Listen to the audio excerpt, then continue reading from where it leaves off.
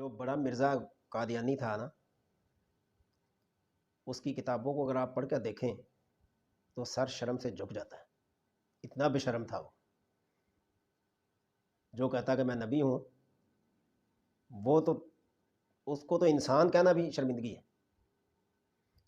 تو اس کی خباستیں تو آپ سنتے رہتے ہیں، لیکن جو چھوٹا مرزا ہے ماشاءاللہ، یہ اس سے بھی 2 ہاتھ اوپر ہے۔ بڑے میاں چھوٹے میاں سبحان اللہ۔ یہ اب چھوٹا مرزا جہلم کا جاہل جو ہے، ایک تو اپنے بڑوں پر یہ فخر کرتا ہے، جو بڑوں پر فخر کرے وہ قیامت کی نشانی ہوتا ہے۔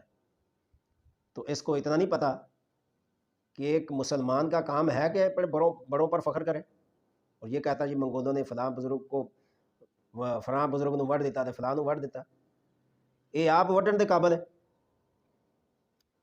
کہتا ہے اگر میں نبی صلی اللہ علیہ وسلم کے دور میں ہوتا تو پہلا یا دوسرا خلیفہ میں ہوتا۔ نعوذ باللہ استغفر اللہ۔ اس کی شکل ہے اس کے خلیفہ بننے والی، اس کے کام ہیں خلیفہ بننے والے۔ جس بندے کی زبان ہی ایک جگہ نہیں ٹکتی اور وہ خواب دیکھے کہ میں پہلا خلیفہ ہوتا یا دوسرا ہوتا، اس بے شرم کو کوئی بتائے، جو اس کے سننے والے ہیں ان کو بھی، ان کے بھی قریب سے لگتا ہے عقل نہیں گزری کہ اتنے بڑے فتنے کو اس کے سامنے بیٹھ کر اس کی باتیں سن رہے ہوتے ہیں مجذوب بن کے، کہ جو کہہ رہا ہے کہ میں پہلا یا دوسرا خلیفہ ہوتا۔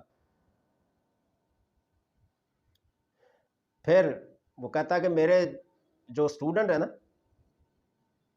یہ اس طرح ہیں جیسے خلفائے راشدین ہیں میں نے ان کو خلفائے راشدین بنا دیا، بلکہ عشرہ مبشرہ تک پہنچا دیا۔ نعوذ باللہ استغفر اللہ۔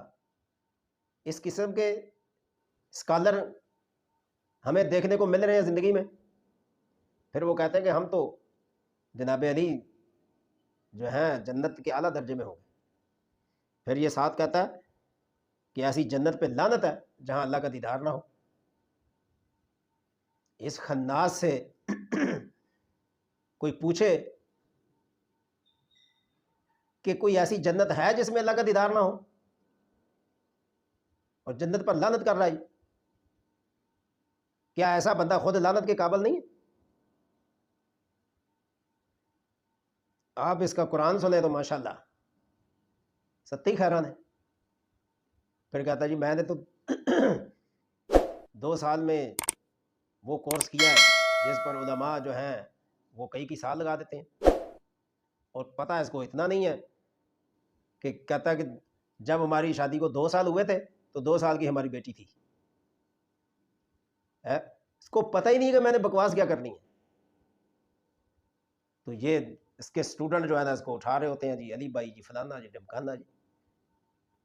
اس قسم کے بندے کو تو علی نام کی توہین ہے یہ۔